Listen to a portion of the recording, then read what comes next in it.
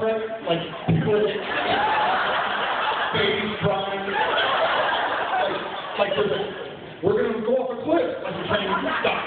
It's not like, oh, it's has to slow down. Like the train, super high pitch noise, like that thing earlier, with the shoulder girl. And so everybody was looking at the giant, scary, sweaty man. Me, who just stopped the train. And Richard goes, he says something roughly to the effect of, I think this isn't good, man. I say, I think so too, sweetie. And he goes, I got you back, but I'm gonna have a seat. Alright, so I'm kind of like, everybody's looking, the noise is loud, I punch through the glass, and the door swung open, but now we're in the middle of nowhere because the train's going. It's not like we're in a station, we're on train tracks, like in Europe, in the middle of Amsterdam or wherever we go. Because the train station is a couple miles out. 4 kilometers, I guess, in Europe. So this lady who's running in, she's like, who pushed the button, who pushed the button? And I kind of,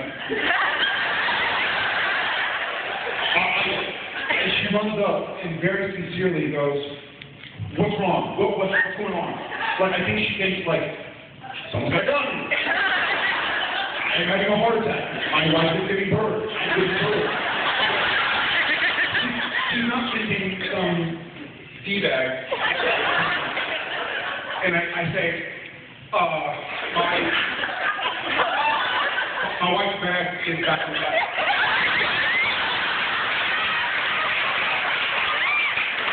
And she goes like, and she's like, I'm pretty certain English was her first language, so she spoke great English, but I can see her kind of go like, I'm mistranslated that. She kind of rewinds it in her head, and says it again, and it still translates into my wife's bag. And she goes, you push the emergency button because your wife's bag is on the platform? That's my dream. And I say, yes. She goes, you can't push the buttons, and you do not push buttons because your wife left your bag on the platform. And I go, man, look, I'm very sorry. I didn't realize it stopped the train. And she goes, you didn't stop the train. You stopped all of the trains.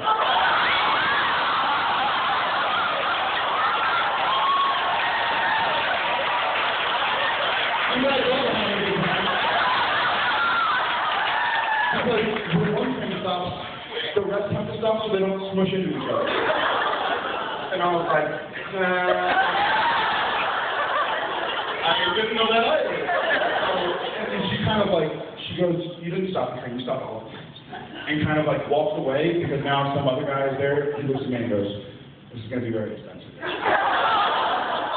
I was like, oh my God. And I was like, okay, we'll figure that out. But in the meantime, in all honesty, like I don't want my wife's most prized possession to be destroyed. And I don't want people to look at her underwear. Okay. No, I'm not. But so was it? Thank you.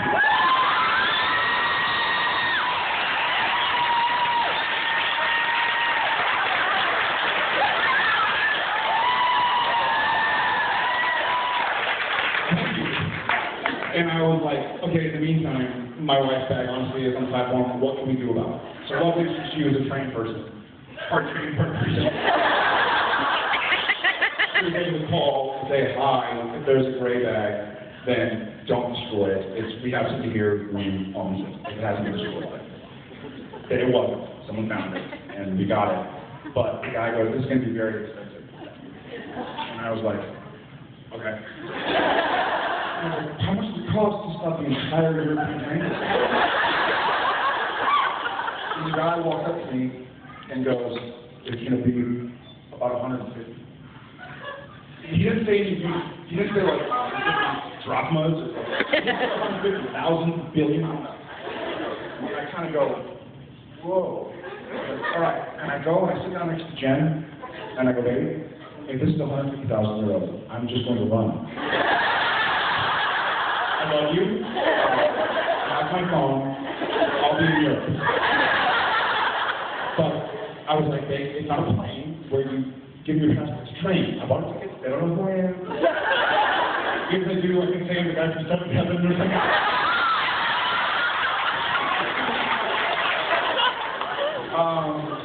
And I kept on trying to say A lot so that I can Canadian. I love Canadian. And so I was like, it's €250,000. I'm just going to run. The door's open. I'm just going to hook it.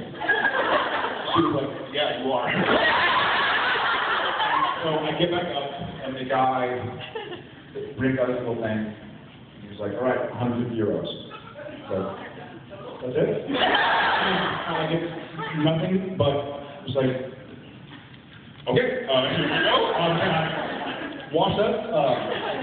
And so that cost €150, but we got the bag back. And that.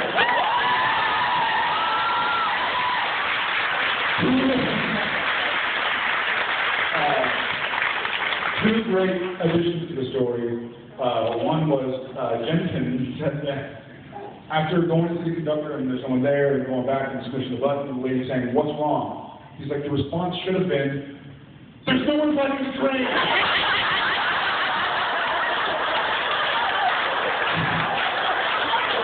Second place addition to the story is Mark Shepard, who I told the story, and he basically, I'm not going to say the word, but he said, F you. And I was thinking he was probably on a train somewhere, he missed a flight, and he jerked off right now. And I was like, did you miss something? He goes, no, but I've lived in London my whole life, and I've always wanted to stop a train. He goes, you're there for a week, and you do it? It costs €150?